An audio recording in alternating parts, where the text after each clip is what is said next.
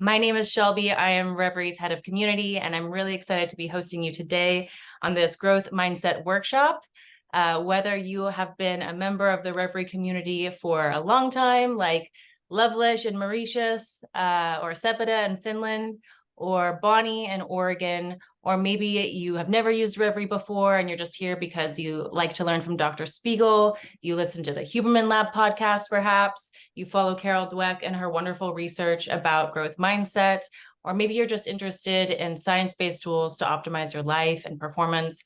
Whatever it is, you are welcome, and we are really, really grateful to have you here today. And we've got a fun workshop for you all. I just want to let you know, although we're a little bit late getting started, that you are among your people. This community of people is just like you, full of very intellectual, curious people who love science.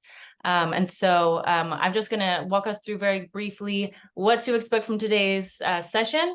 But before I would do, I'd be remiss if I went another moment without introducing today's guest of honor, a man who requires no introduction, but I'll just say he is the Wilson Professor and Associate Chair of Psychiatry at Stanford School of Medicine, Reverie's founder and Chief Scientific Officer, Dr. David Spiegel. Hello, David. Good morning. Hello, everybody. Very glad to grow with you in the next hour. Lovely. Thank you, David. So as I said, I just have a couple housekeeping things, and I also want to set the stage for what to expect today. I mentioned Reverie. Of course, this is a Reverie event, and we want to get a feel for who we have with us today. So I'm launching a very, very quick poll. It's just one question. You should see this pop up on your screen. We're just curious to know who's a Reverie member already, who's not. It'll help us tailor today's session to you. Your answer is anonymous and voluntary. So we just want to get high level numbers where everyone is at in their Reverie journey. And you can just close out of it if you're not interested. See those responses coming in. Looks like 40% are members. We love to see that. But almost just as many have never been a member, which is what we expect. You're all welcome here, even though you're not yet a part of Reverie. And I thought it might be helpful to just provide a little bit of a couple resources and a little bit of context about Reverie, since we're going to be talking about some of our sessions and techniques today. And I'm just going to put something up on my screen as well. This is a QR code. And so if you're connecting from your desktop computer, what you can do is you can take out your phone's camera, your iPhone or your Android camera, and you can scan this QR code. It will allow you to download Reverie in the App Store or Play Store because it is a mobile app. But if you are connecting from your phone or from your tablet already, we're going to drop a link into the chat, so that you can just tap that link and download Reverie that way. And then you can sign up for Reverie after this workshop. It's super quick to do, but Reverie is essentially Dr. Spiegel's magnum opus, if I can call it that. It is a science-based self-hypnosis app that is full of self-hypnosis exercises based in research, based in Dr. Spiegel's lifetime of clinical and research experience. That helps people all over the world, as you can see from today's event, across a number of different goals, with improving sleep, reducing stress and anxiety, enhancing focus and performance, eating better, quitting smoking or other unwanted addictions, etc. And so we're going to be going through some of the self-hypnosis exercises that we offer in Reverie, some of the breathing exercises, which are also rooted in science. But it's going to be a special treat for you all because Dr. Spiegel is going to give you a special spin, and it's not going to be exactly what we have in the Reverie app. So whether you've used Reverie before or not, there's going to be something new for everybody. Okay. And so last but not least, we've got one more quick poll for you all. I'm going to call this one Dr. Spiegel's intake questions. It's just 3 quick questions. And once again, your answers are voluntary and anonymous. If you answer these questions, it will help us tailor today's session to you. Dr. Spiegel wanted to ask you all these questions to get a feel for, your previous experience with hypnosis, et cetera. It's almost kind of like if you were to go into Dr. Spiegel's clinic tomorrow and say, Doc, I need you to help me develop a growth mindset. These might be some of the questions that he would ask you. So thank you for answering those if you would like us to tailor the session more to you. Got those answers coming in, so I'll just give you a moment on that. And while you all are answering that, I'm just going to give you one more quick piece of information about today. If you haven't already, please draw your attention to the little chat box. There's a little chat icon at the bottom of your Zoom window. Have it open throughout today's session. Chat with each other in there. Ask as many questions as you would like. We're also going to be dropping helpful text throughout the workshop today because Dr. Spiegel is going to be guiding us through exercises. So we will be dropping text into that chat box, in addition to his auditory explanations, in case you're more visually oriented. And my lovely teammate, Shalaka, you're going to see her name a lot in the chat. She is going to be answering your questions to the best of her ability live on today's session. If we have time at the end, Dr. Spiegel will answer some of the questions too, but regardless, we're going to make sure every question gets answered. So in the follow-up of today's workshop that we're going to send to you all via email, we will also ensure to answer every single question that was in the chat today.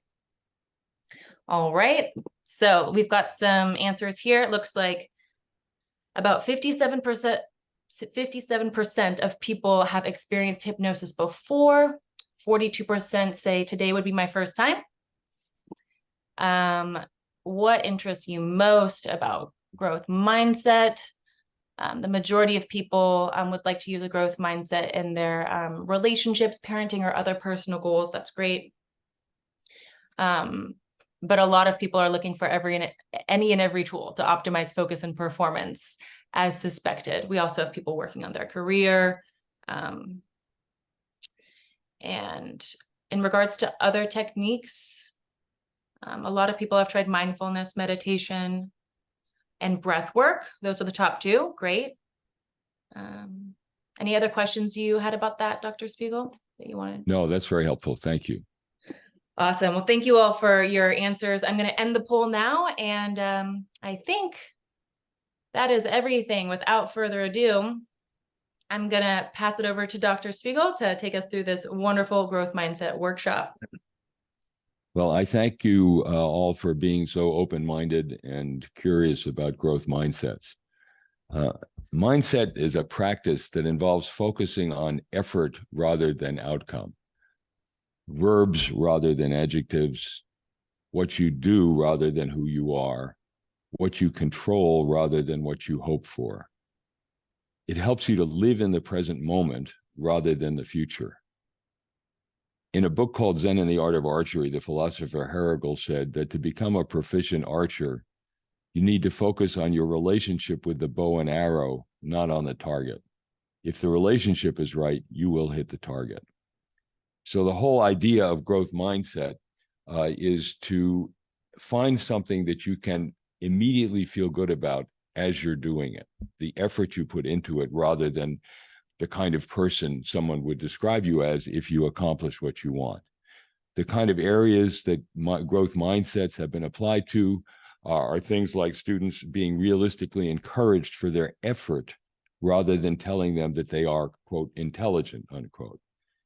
This provides immediate, intermittent positive reinforcement, which is by far the best way to change behavior for what they do control and what they are doing in the moment, rather than describing who they are. Even if telling them that you're telling them that they're intelligent, and even if it's true, it becomes a cage, not a platform, trapping them in the expectation of always being perceived as intelligent.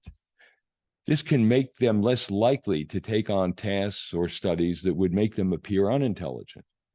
It defines them as being in a necessary category rather than encouraging them on the path of learning, no matter how difficult. You help them to stay in the here and now and make the most of the situation rather than focusing on what they are, what they should be, or what they may be in the future.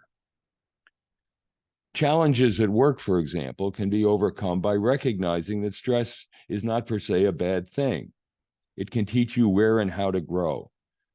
A supervisor's criticism can be seen as a helpful guide to building skills rather than an unpleasant and unwarranted critique. Stress is natural. While in some circumstances, chronic stress can be debilitating, as we well know, stress well managed is a valuable lesson. The secretion of stress hormones like cortisol mobilizes glucose into the blood to prepare mind and body to respond effectively to a challenge. So the second major component of the whole growth mindset approach is that stress is not bad, that use it as a signal to learn. Athletic training and activity is another area where a growth mindset can help. Learn to view opposing players as coaches, teaching you how to up your game. They can help you to build your skills, muscles, and coordination.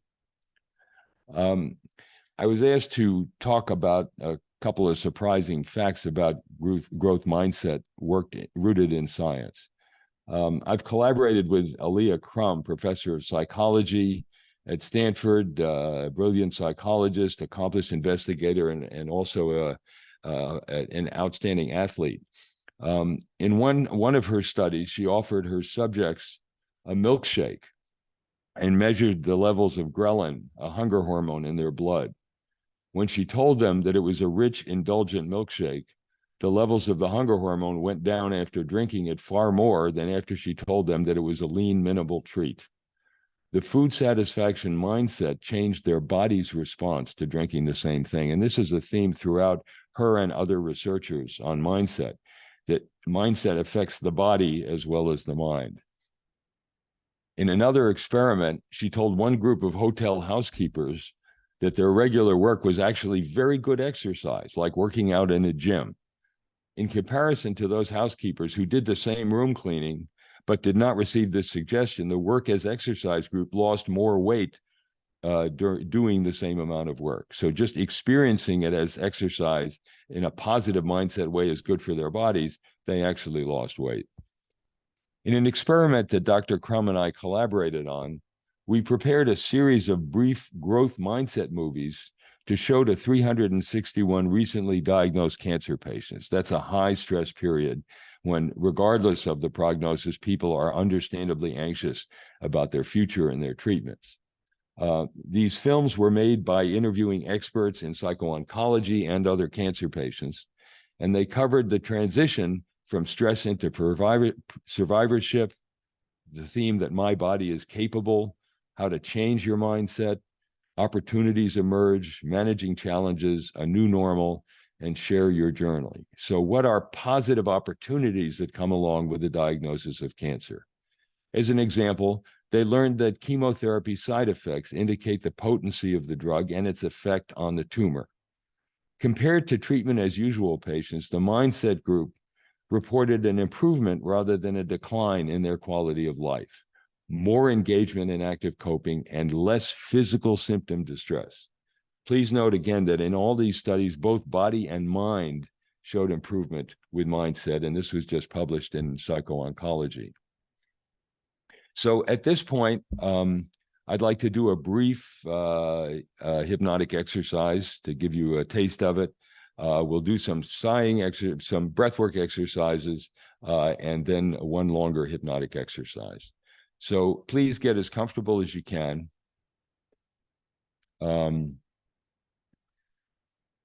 And then look up to the top of your head all the way up. And certainly if any of you just want to watch this rather than do it, that's fine. Look up, slowly close your eyes while you keep looking up. Take a deep breath, hold, and slowly exhale, slowly through your mouth.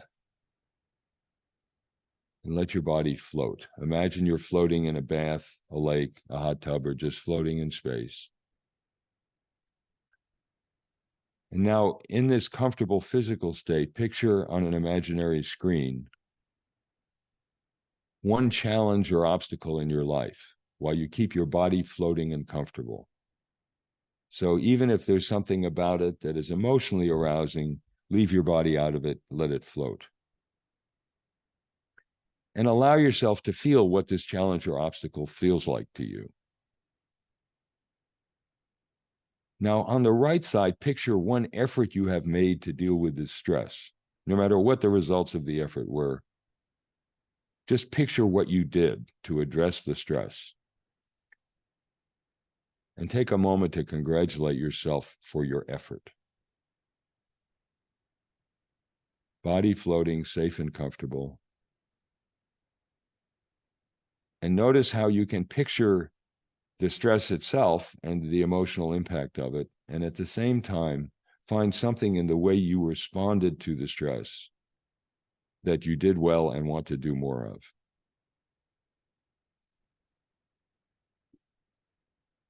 Now take a few moments to reflect on what this means to you in a private sense, and then we'll come out of the state of self-hypnosis by counting backwards from 3 to 1. On 3, we'll get ready. 2, with your eyelids closed, roll up your eyes. 1, let your eyes open. If your hand is floating up in the air, let it float back down, make a fist open, and that'll be the end of the exercise. Okay, I hope everybody is back here with us, has had a taste of what a positive mindset can feel like. And now we're going to turn for a moment to some other kinds of exercises that are related to hypnosis but are not hypnotic exercise that we found in research that we recently published in one of the Cell journals, showing that practicing these exercises just 5 minutes a day for a month actually reduces people's average respiratory rate. So it lowers your overall arousal level and improves your mood. The first is called cyclic sighing. Now, you know, our respiratory system is designed, among other things, to periodically have a longer exhale. It's interesting that we focus mostly on inspiration when we breathe, but expiration is very important because it triggers more of a parasympathetic response and provides some immediate self-soothing. You know, I've often wondered why it is we all enjoy singing so much. I enjoy it. I enjoy making music. And one of the things that singing does is it forces you to inhale quickly and exhale slowly as you sing.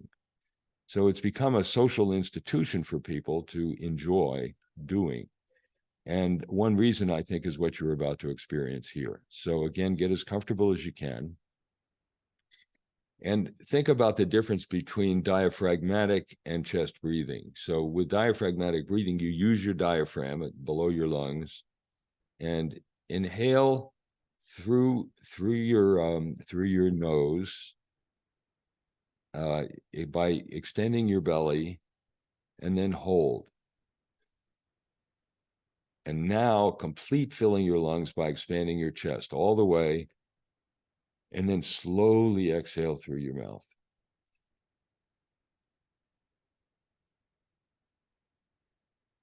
Now, once again, inhale by expanding your belly through your nose. Now hold and completely fill your lungs by inhaling through your nose and expanding your chest. And then slowly exhale through your mouth.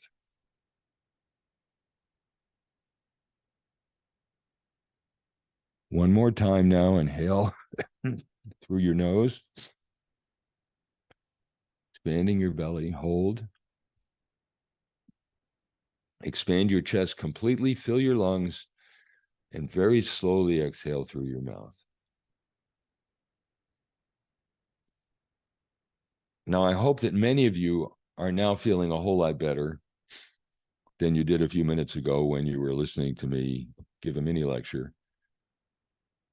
Many people find that cyclic sighing very quickly gives them a sense of comfort and relaxation, and there is good reason to expect that it would.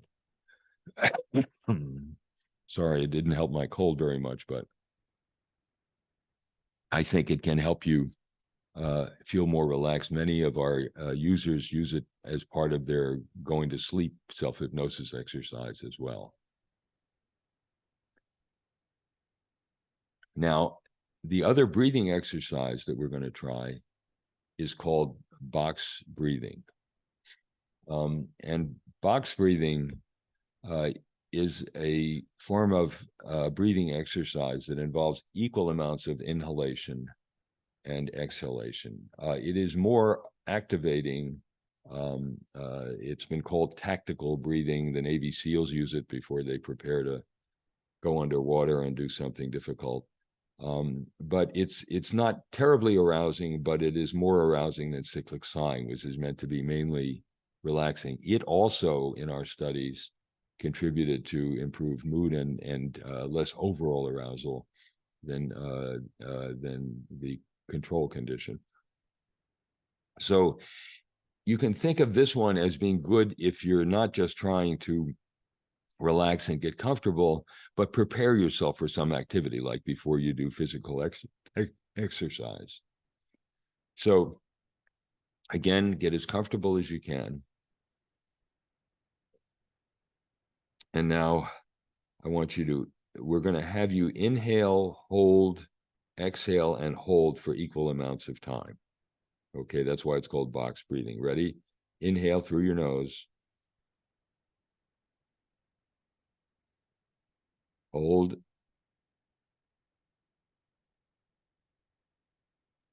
Exhale through your nose. Hold. Inhale through your nose. Hold. Exhale through your nose. Hold. Inhale through your nose. Hold. Exhale through your nose. Hold. Now just take a few moments to reflect on how you're feeling now. And many of you may find that you're comfortable, but you're feeling a little more activated than you did before with the cyclic sighing. And so this can be a way of preparing yourself for some kind of activity. It's very interesting. The research on breathing and breath work indicates, among other things, that since brain activation is actually associated with activities like this, that is, lower activation with more exhalation, more activation with inhalation, because the carbon dioxide in your lung is actually the trigger for further respiration. And it's been found that when you blow off a lot of carbon dioxide, your brain gets literally more activated. And that's why people in anxiety attacks hyperventilate and their brains get activated. And it can be a problem, an addressable problem, but it's also a reminder that the brain has an interesting way of activating itself, which is regulating respiration. And one of the cool things about breathing is that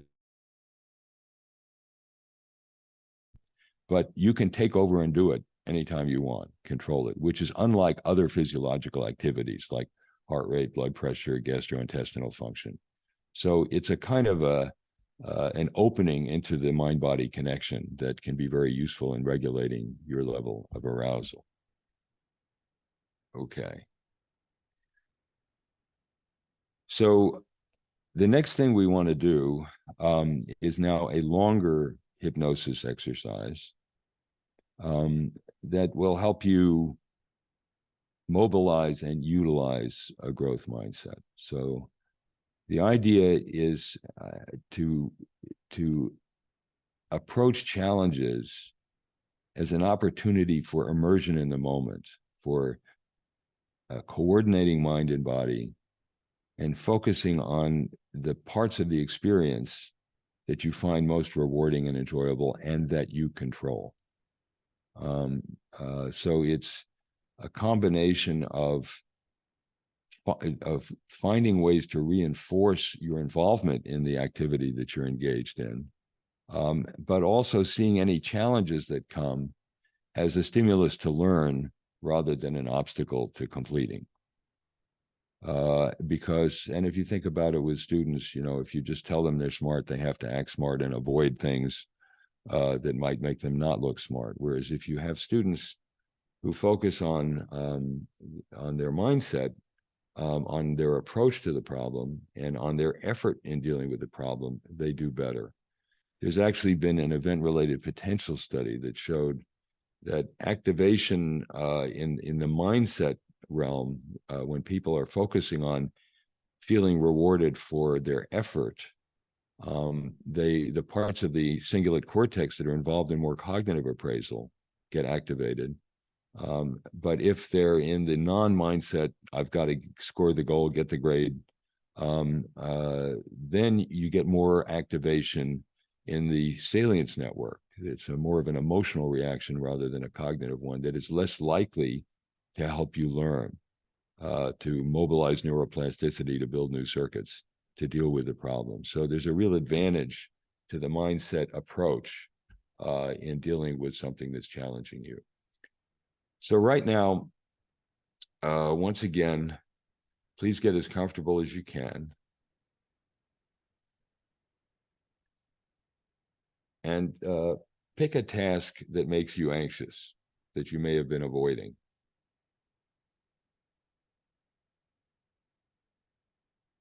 And so we're going to go into the state of self-hypnosis. 1, look up. 2, slowly close your eyes and take a deep breath. 3, do 3 things. Breath out, eyes relaxed, let your body float. And then let one hand or the other float up in the air like a balloon. And that'll be your signal to yourself that you're ready to concentrate. Body floating, safe and comfortable. Each breath deeper and easier. Eyes closed but relaxed. And now picture, as your body is floating, an imaginary screen, could be a movie screen, a TV screen, or a piece of clear blue sky. And picture on the screen, on the left side of the screen, some task that makes you anxious, that you may have been avoiding. Might be public speaking or some kind of physical performance. Might be learning some new skill.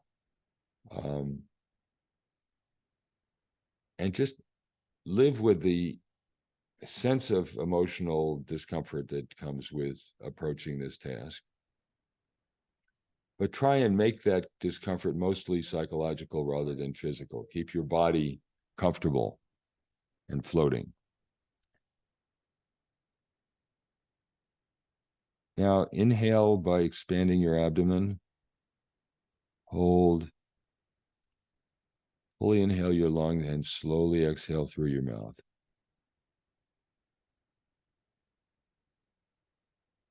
Again, inhale through your nose, expanding your abdomen. Fill your lungs by expanding your chest and slowly exhale through your mouth.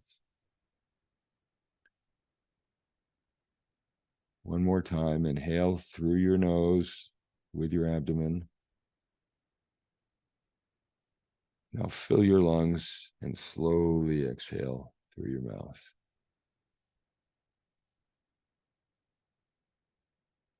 So now that you're able to face the task or challenge, hopefully in feeling more physically comfortable, I want you to imagine on the right side of the screen, yourself engaging it as best you can, feeling satisfaction for each step you take. Immerse yourself in the immediacy of the effort.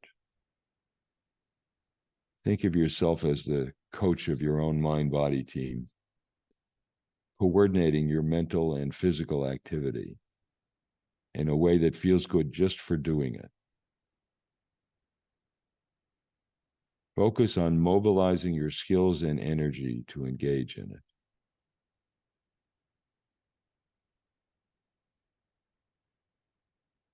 Think about a time when you may have approached this task and acknowledge the time and energy you have already put into handling it. see these efforts as building a base for managing and even enjoying this situation more, not as some problem or failure.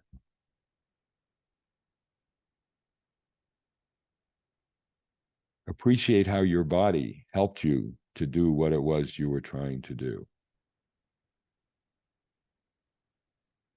And focus on mobilizing your skills and coordinating them to engage better in whatever the activity is that has caused you some concern. Link doing it to some activity that you find is pleasurable.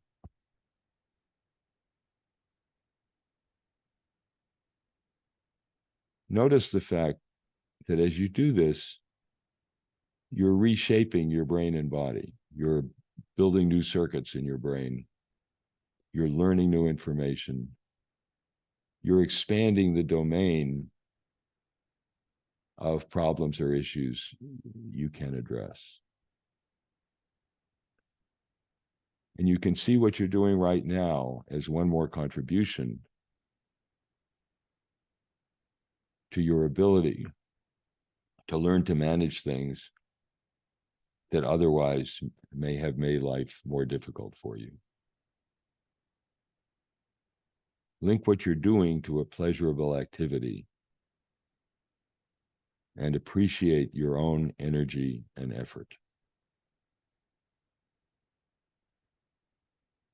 Notice how in this exercise with your body comfortable, you can feel more in the moment, finding what's interesting in whatever it is you're doing instead of evaluating the outcome.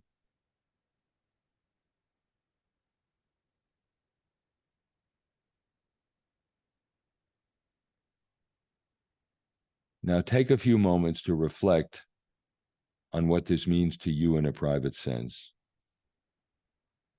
And then when you're ready, we'll come out of the state of self-hypnosis together by counting backwards from 3 to 1.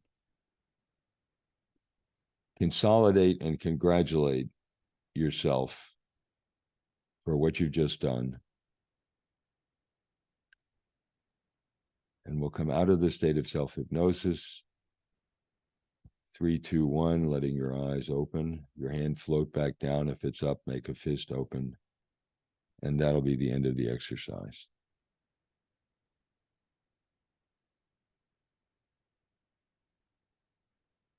Okay. Well, I'm hoping that everyone is with us here.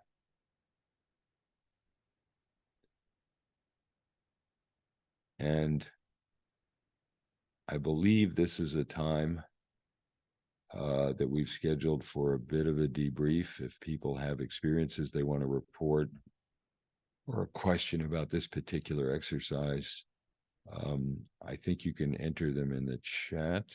There are a lot of chat questions, or and you should be able them.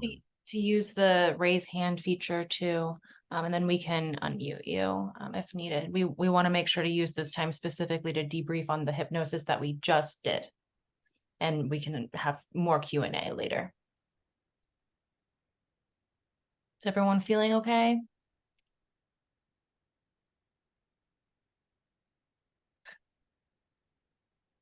Everyone looks like they have very positive feedback in the chat. It's good to hear.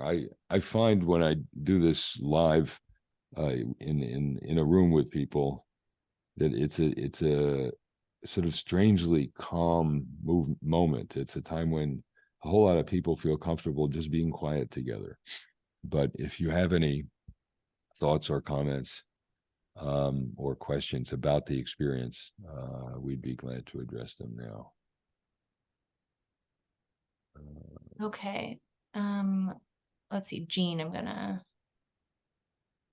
let's see, I'm trying to ask to unmute you. How can I do that?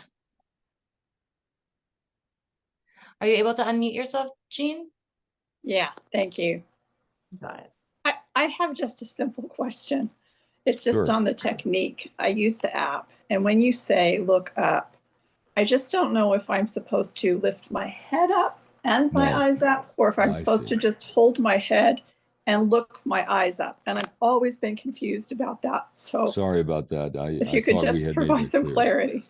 Thank you. Sure. Thank you. Yes, the idea is to keep your head where it is and just look up. Okay. So head fixed, but eyes up toward your eyebrows. And you'll find it's a little difficult to do, to keep your eyes looking up as I'm doing now while you close your eyes. But that's Okay. part of the why we think it's a useful hypnotic induction. We learn something about your ability to do that. But you know, we're very visual creatures, and we depend for our defense mostly on vision. And so it's relatively rare that you're closing your eyes, but you're aware, you're alert and awake. Normally you go to sleep. So the idea is to disconnect from your usual scanning awareness, reduce your salience related activity, and just turn inward. So you don't need to move your head for that. We don't want any neck injuries. We just want you to look up with your eyes. Okay. Thank you. I've always been lifting my head up and my eyes up. So I will now change that. Thank you. Good, good. Thanks, Jean. All right, Stephen, you're up. Can you unmute yourself?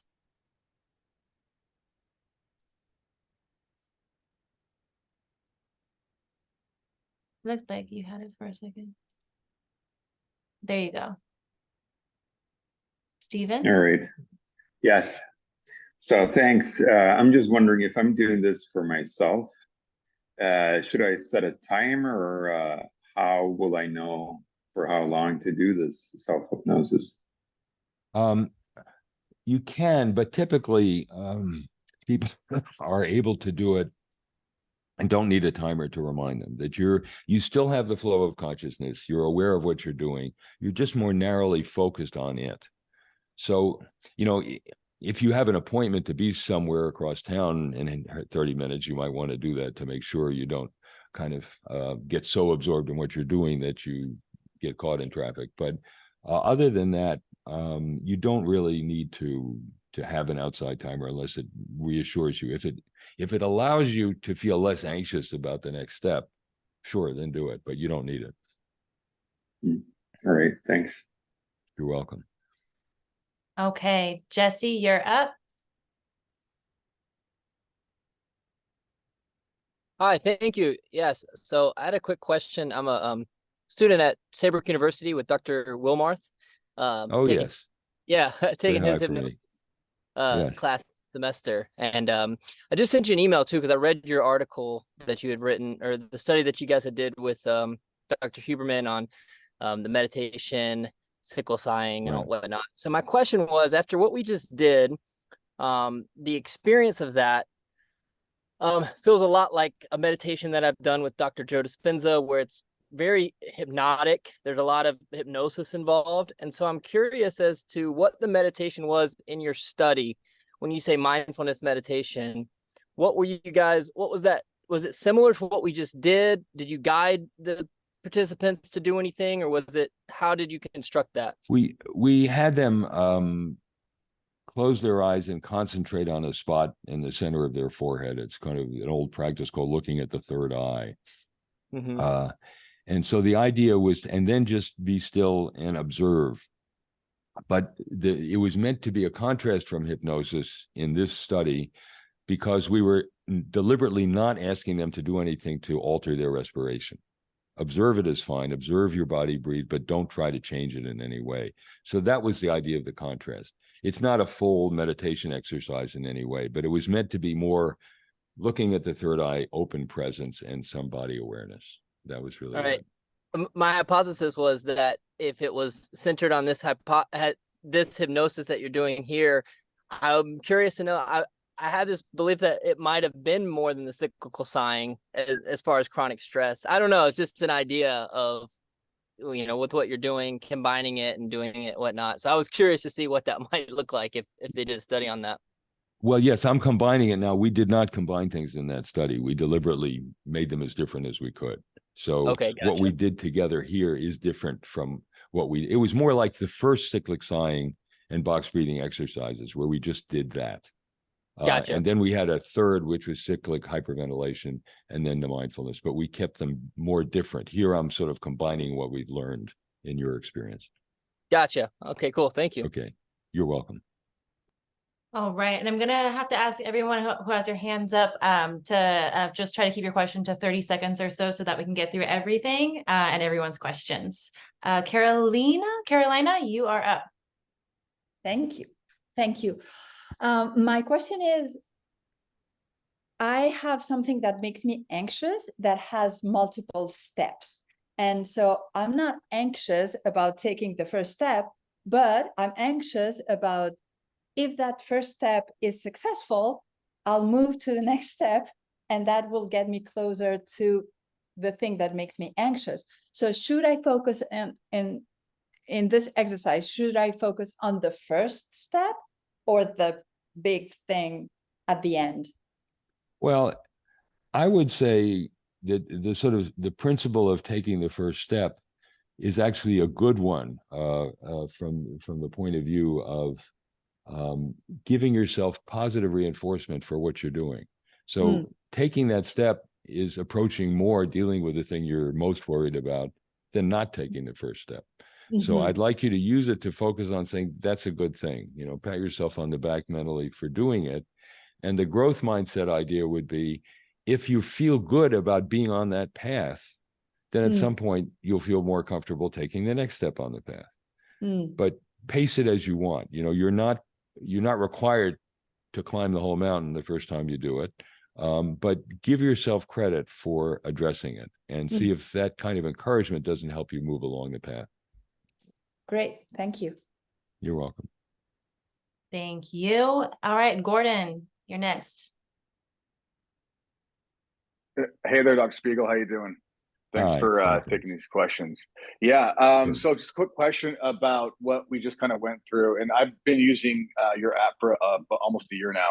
So essentially, it looks like what you just took us through was like a stacking process of positive activities against anxiety, right? So you overcome the anxiety or the anxious behavior with using the positive, like stacking a bunch of positive ideas on top of it to almost make your trickier or hypnotize yourself to associating it with something good, right? Is that essentially the premise? Well, that's part of it, but I put it a little bit differently, Gordon, because part of what we're doing in dealing with anxiety first is separating physical from mental anxiety, because when you're anxious, you get this snowball effect of mental stress, and then you notice your body getting tense and you think, oh God, this is really bad. And you feel worse. And then your body says, now he's really getting anxious. And it's like a snowball. So instead of solving it from the top down, the sort of CBT approach, we're doing it from the bottom up. We're saying you can get your body comfortable first, and then you'll be able to manage the anxiety about what you're planning to do next better. And so then the idea is to also feel good about your approaching the problem, about whatever you do to approach it, even if you haven't conquered it and feel great. Some people do, but some people don't. That's fine. But give yourself credit and reinforcement for whatever you're doing to address the problem, however far you get. Got it. And so when you do this with like a new behavior mindset, how long do you think it takes if you're doing it daily, like 5 minutes a day? How, like 30 days, 60 days, how long does it take to create that new behavior or mindset and for it to stick? It doesn't need to take 30 or 60 days. And one of the other cool things about hypnosis, Gordon, is that we've studied in neuroimaging the relationships between different regions of the brain. And one is between the prefrontal cortex, which you're using to conduct this exercise, and the posterior cingulate, which is the default mode network, a key node in the default mode network. It's the part where we think about who we are and what we're doing. And we found that you inhibit temporarily activity in that region, which is why people are scared about suggestibility, but it's really cognitive flexibility. So what you get to do is try out what it would be like if you really had gotten beyond this thing and could just do it. And sometimes you're able to do that very quickly. Sometimes you're not. That's okay. But what we want you to do is let go of the baggage of assuming that because you've always been extremely anxious about doing this, you will when you approach it this way. You might, but hopefully you'll be less anxious. And maybe some people find that they can just dissolve their anxiety right away. That's okay. Whatever you do, give yourself credit for what you've done so far. Okay, got it. And just lastly, sorry, just a quick last minute. I read your article on pain and how effective it actually, in actuality, doing this this hypnosis and trying to mitigate pain. How effective Yes. is that in a practical sense? It's extremely effective. It's we've published a randomized clinical trial in the Lancet showing that people undergoing arterial cut downs for 2.5 hours have, in the hypnosis condition, by an hour and a half, they have no pain at all. And the standard care group had 5 out of 10 pain while using twice as much opioids IV. So it's an extremely effective intervention for pain control and a hell of a lot safer than opioids, particularly chronic use of opioids, which is dangerous. Great. Thank you very much. Okay, you're welcome. Thank you for all your questions. I'm afraid that we're going to have to start wrapping up Q&A. So I'm sorry to those who have their hands raised, but please put your question in the chat. We will absolutely make sure that Dr. Spiegel answers all of your questions. So we're going to send you all the recording of today's session, as well as we're going to go through the chat, and every single question that was asked, we're going to get you the answer, including if we need to go to Dr. Spiegel first. So you will all be taken care of. Do not worry about that. And we did actually have 2 questions that were submitted in advance that I thought Dr. Spiegel would like to touch on today. The first was from Mary, or Mari, saying, based on your eye roll test, it appears I'm not the most hypnotizable. Can I become more so by adopting a growth mindset? For instance, giving my neurons a chance to rewire, even though I'm not having great success with hypnosis at first. Well, it's a very interesting question, Mary. And first of all, the eye roll test is part, sorry, of the measure of hypnotizability, but only part. We actually have a 6-minute full hypnotizability test, the hypnotic induction profile, on Reverie, and you're welcome to try it. We find by and large that hypnotizability doesn't change too much normally through the adult life cycle. It's about as stable a trait as IQ. But we've recently done some research showing that using transcranial magnetic stimulation to the dorsolateral prefrontal cortex, we can improve hypnotizability, at least transiently. However, my sort of mindset approach for you would be this. The very fact that you're doing the testing means that you're open to and are exploring the mobilization of your hypnotic ability. Second, you're learning about your cognitive style and how to best use it to deal with problems. Third, you're coupling your style of hypnotic responsiveness with strategies that are affirmations, focusing on what you're for. So with a hypnotizability test, you're learning how to use your hypnotic style to best advantage. So even if you don't change your overall level of hypnotizability, you can change how you use it to best deal with a problem. And you don't have to be highly hypnotizable to benefit from the kinds of exercises that we teach and conduct on Reverie. Thank you, Dr. Spiegel. And the other question that was submitted in advance that actually a lot of people on today's workshop have been asking about in the chat is just regarding, this question was, what do you think about alpha sound wave treatments? But in general, well, it might be a slightly tangential or adjacent topic, but binaural beats, is there any research about this? What do you think about this as a technique for enhancing focus, et cetera? I know more about binaural beats than alpha sound waves as treatment. Alpha activity in the brain is usually associated with a kind of resting alertness. If you're awake but close your eyes, you tend to generate a lot of alpha, which is sort of moderate. It's not extremely aroused, but it's not asleep either. And it may be, I don't know how well the treatments succeed in actually inducing alpha activity in the brain. They might. I know a little more about binaural beats. It's an interesting study that getting people to have sounds crossing from one side of the brain to the other may help with certain problems. I would say, sorry, the setting of doing things like alpha and binaural beats might help you to settle and focus. So you might use it as a context within which to enhance your ability to respond to hypnotic instructions. So if you limit the range of other perceptions that could interfere, it might help you enhance your focus and get more benefit from hypnosis. Thank you, Dr. Spiegel.